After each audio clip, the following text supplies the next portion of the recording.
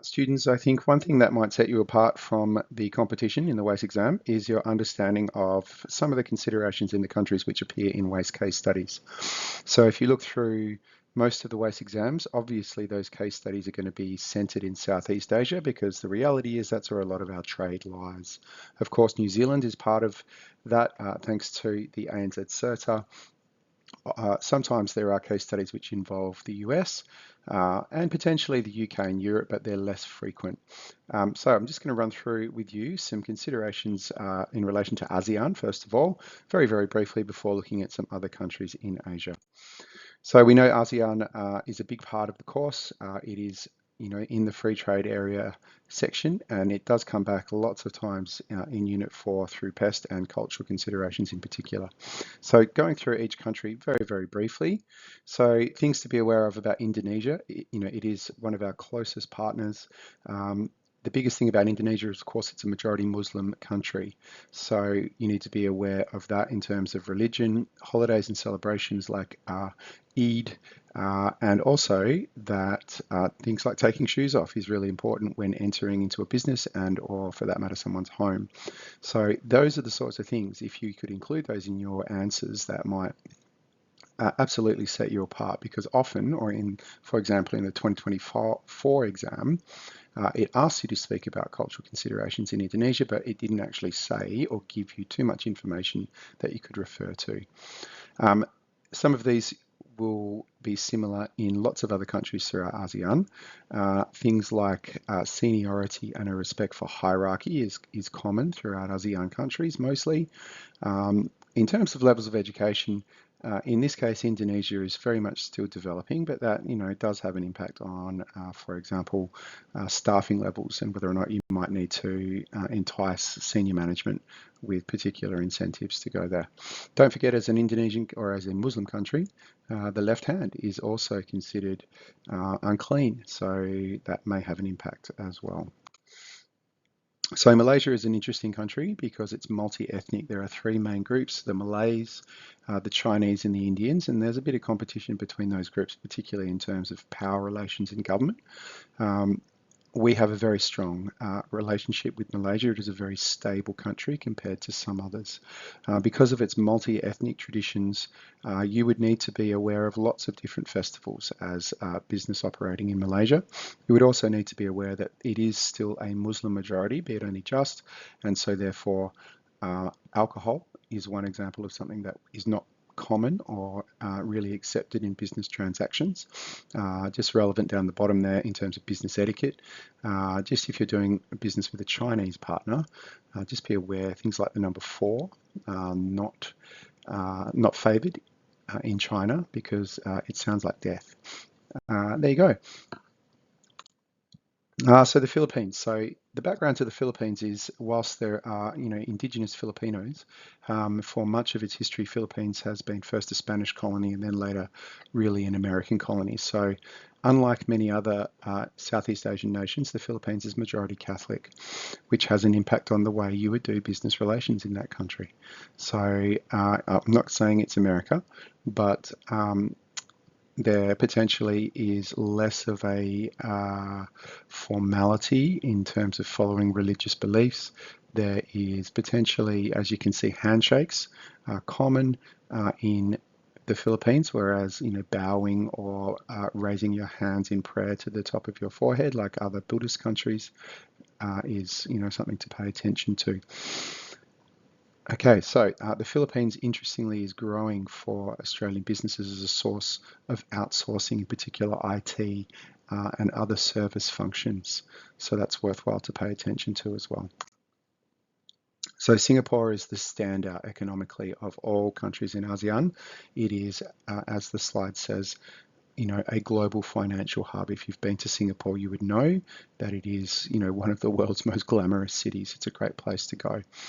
And it's driven, that rise to economic growth and stardom has been driven by really orderliness and almost putting aside a little bit of your individual will to the efficiency of the nation. by a guy called Lee Kuan Yew, who was the key guy back earlier on in Singapore's history. They're very proud to be Singaporean, but saying within that, it is multi-ethnic and multi-diverse, and there is a large expat population in Singapore due to the fact that it is a global financial hub. You'll also notice that Singapore is the source of the majority of Australia's petroleum that goes into our cars, and it will have, or it does have, a lower corporate tax rate, being 17%, compared to pretty much all other countries throughout Southeast Asia, hence why it is drawn foreign investment to Singapore because of the lower tax rate. So could you say it's a tax haven? Well, potentially. It might be better to say that it has a lower corporate tax rate than many other countries. Thailand is a growing economy. Growing in terms of its status around the world, growing through tourism, growing through a range of reasons, but it's going gangbusters. Thailand is a majority Buddhist country, so that means lots of vegetarians. That means a consideration for harmony through business dealings. So in Thailand, if doing business with Thai people, it's the why, which is more like a little hand prayer sort of thing compared to handshakes.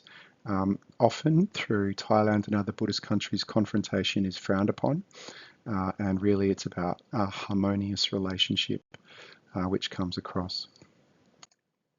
So Brunei, I put it in there because it's part of ASEAN, but really with a population of 450,000 people, there's not a lot of business between Australia and Brunei.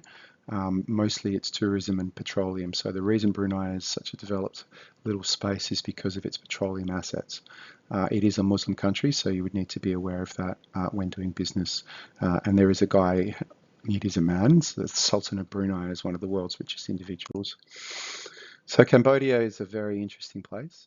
It is also a Buddhist country, and it is still very much developing as a result of the horrible atrocities of the Pol Pot Khmer regime earlier on, pre-2000. It means the population of Cambodia is actually really young because there's just not a lot of old people, unfortunately. So Buddhism is really the go-to in Cambodia, and you still respect hierarchy, indirect communication. Pointing feet is an interesting one. Patience and consensus making are really, really important. Look, in terms of Australian business with Cambodia, there's not a lot because it is still very much developing. And with development, unfortunately, comes things like corruption. Laos is my favorite of all the ASEAN countries. If you're ever going somewhere, go to Laos. It's amazing. It is also a Buddhist country, and it is landlocked, meaning that it is, it doesn't have an open water port. The Mekong River does flow through Laos as sort of like its heartblood. The biggest thing for Laos is that it shares a border with China to the north, and China have been instrumental in putting railways and other infrastructure to increase Laos, or increase the economic welfare of Laos. It's a lovely country. It is predominantly Buddhist. Australia's interactions with Laos are minimal, but I would argue hopefully and potentially growing through the relationship. And as a Buddhist country, again, following Buddhist traditions are really, really important. Myanmar also is going through some instability at the moment because of the re-emergence of a military junta. The word junta means kind of like a bit of a dictatorship, really. So if you are a studier of history, you would know Aung San Suu Kyi, who was a leader for democracy in Myanmar, who unfortunately was deposed with the junta coming back into power. So basically nothing happens in Myanmar without the permission of the junta. And they rule with a pretty iron hand and control a lot of society, which includes human rights concerns. The Chinese are definitely in Myanmar through opportunities for foreign investment because there's a lot of resources in Myanmar. But again, it is still a Buddhist country. So if an Australian business is lucky enough to operate in Myanmar, I don't think it would be at the moment because of the instability of the government. You would still need to consider its Buddhist traditions. Vietnam is a growing economy, and there's a lot of Australian ties with Vietnam, and they will continue to grow. It is a really important part of Australia's, or will become an important part of Australia's trading relationships. Many Australian businesses may outsource segments of their production and or other services to Vietnam in coming years.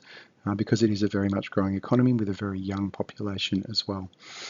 Being that China is, again, Vietnam's northern neighbour, there is some tensions in the relationship between China and Vietnam, most notably through the South China Sea, but it's undeniable that Chinese investment is having an impact on the Vietnam economy.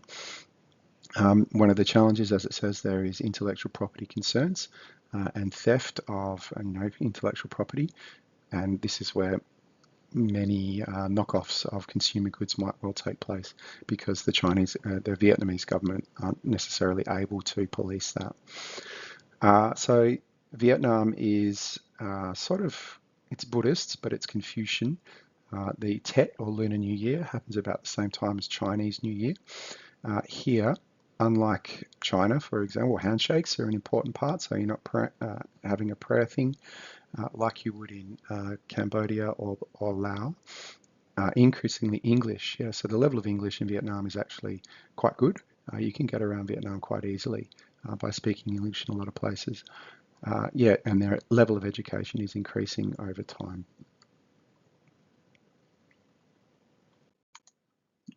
Back to the ones who are no longer in ASEAN, and Australia's largest trading partner is China.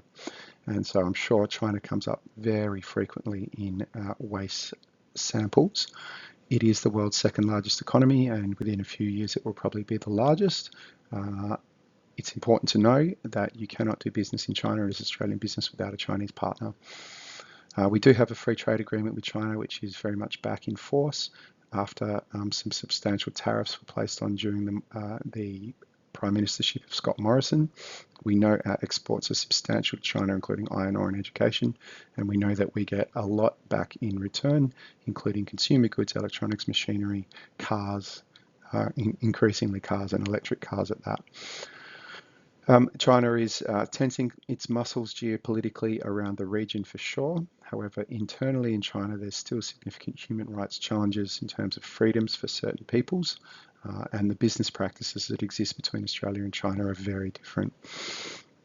In terms of culture, China has a very specific culture, or a regional one for that matter, and I'm sure you know a lot about it already. Feng Shui, or the design has to be in harmony. The number 4 always got me, and I never knew the reason why, but when you go to China and you're traveling in buildings and you go up the elevator, a lot of places won't have a number 4 or a level 4 in the lift. It's really interestingly. If you go out to dinner in China, you've got to be careful of things like how you use your chopsticks. You've got to actually order more than you want, because if you don't order enough, it's considered to be rude to the restaurant owner. Mandarin is the primary language, although English is used. The biggest thing in terms of business etiquette in China is the business card thing, which goes across most Asian countries, but it's actually the gifts and the relationship, because for you to make the deal, you've got to build a consensus with that partner. There is, as you would be aware, a significant rural divide in China, which many young are being drawn to cities for the lure of wages and a better standard of living. Later on in the PowerPoint, there's some links to how businesses like Disney have adapted or standardized or adapted their marketing mix to take into account Chinese considerations, because the middle class, over many years now in China has, real strength in terms of its spending power. India is growing, and we know that Australia and India have a very strong relationship. We know that we are home to thousands of Indian students who come here to further their education in a variety of ways. We know that India is, particularly parts of India, like the south part of India, is growing in terms of its facilitation of IT services in particular. India and Australia are becoming greater friends geopolitically as well, as they both seek to find common ground and ways that they can sort of, I won't say keep an eye on, but be aware of China and its growth within the region. India is predominantly a Hindu nation where vegetarian is common and cows are sacred. So when driving the streets of Indian cities, you will see cows aplenty. The Indian middle class is growing substantially. And however, there is still a pretty big gap between rich and poor. You may have heard the term namaste as being a real term of greeting in Indian culture. English, thanks to the British heritage, is widely used. The biggest thing I think to be aware of in India is its bureaucracy and how there is a process for everything, and there's generally a form that comes with it. And the reality is often, if you wish that form to go higher up the list, there may need to be an incentive which is provided with that. Japan has been Australia's, used to be, in the period during the 70s and 80s, Australia's largest export destination. So since the end of World War II, we've got a very strong relationship with Japan, and we still do, increasingly through tourism, as Japan is a favoured destination of many Australians, particularly for skiing in the winter months. So our exports to Japan are iron ore and natural gas, and those will continue to be important to Japan over many, many years to come. Japan is very, very interesting because it's not very multicultural. 99% of people in Japan are actually Japanese, but as their population ages, which is a consideration for business, no doubt, they may need to, have immigration to maintain their productivity unless they can do it through technology. Japanese culture is unique and it's valued. It's such a cool culture, and I hope you get the opportunity to experience that. It is built around honor and respect, and that is hierarchical often, and that in your business dealings is oh so important, how you must show respect for the most superior or the highest person in the room by bowing lower to them than you do anyone else. The other thing, like China and other economies throughout Asia, the relationship is very, very important. And yeah, you go out to dinner and you have a good time because building that relationship with your Japanese clients and business partners is absolutely part of it all. New Zealand, so I'm not going to go through this a lot because it's very much like Australia. However, we do need to recognise the Maori influence in New Zealand as being a really important part of doing business in New Zealand. Through recognising that the Maori are an important part of New Zealand culture and always will be, and that could be through customs like the greetings, through the haka, and also through celebrations like Waitangi Day. So again, very similar to Australia, not too much to add to that, except for that acknowledgement of Maori protocols. So the United States is a tricky one. So who knows what might happen in 3 to 4 years' time? Who knows? And I'm not going to go into that any further. However, it is true that the United States is changing under the Trump administration. So whether that's tariffs or whether that's the America First policy or whether the way, that's to do with the way it conducts itself around the world, it is undoubtable that the United States is transitioning into something different, which will have an impact on us because we have been the greatest friend of the United States since World War II. We know also that there are lots of regional variations in the United States from north to south, and that may impact doing business over there. One unique custom to the United States, if you've been there, is this tipping philosophy where you have to recognize the service which has been provided to you by someone by giving them a tip at the conclusion of the service, which is interesting and is absolutely part of American culture. The other thing to deal with the United States is it's all about the deal. So whilst in Asian countries, a lot of it is about the relationship and actually being indirect through your body language and, sort of skirting around the issue through consensus a lot of the time.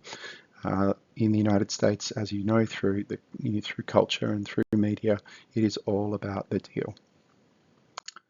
So we've skipped through that, I know, but you can go back and have a look at the slides. There's 2 websites which I use predominantly to put this together for you. And I just put in a couple of really interesting links there because I know the presentation has been a lot about the cultural expectations and things like that. But it's worthwhile to show through what businesses are actually doing to take into account those cultural differences. Disney is a great example of that and what it did with its Shanghai operations.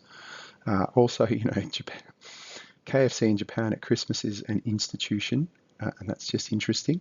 But I think in terms of economies, what and discretionary spending throughout Southeast Asia is interesting because in those case studies you often get, well, the business is expanding to, Singapore and Malaysia because it's got a rising middle class, and here's what the middle class is doing with their spending. So I think that last link there about what people, in fact, a lot of Gen Z are saving rather than spending. So anyway, I hope that was helpful. Just to give you a little bit of background to aid your understanding, because it could be a point of difference for you in those extended responses if you have a bit of background knowledge about the countries which are listed in those case studies. If I'm marking your work, then I think that will put you above potentially other candidates because it just shows you've done a little bit of hard work in the background to do that understanding. So best of luck.